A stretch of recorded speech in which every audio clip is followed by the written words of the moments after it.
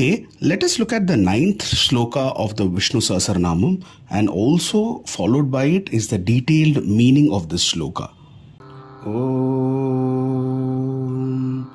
Ko Dharma Sarva Dharmanam Bhavada Paramo Mataha Kim Jaban Muchyate Jandur Janma Samsara Bandhanat Ko Dharma Sarva Dharmanam Bhavada Paramo Mataha Kim Jaban Muchyate Jandur Janma Samsara Bandhanat.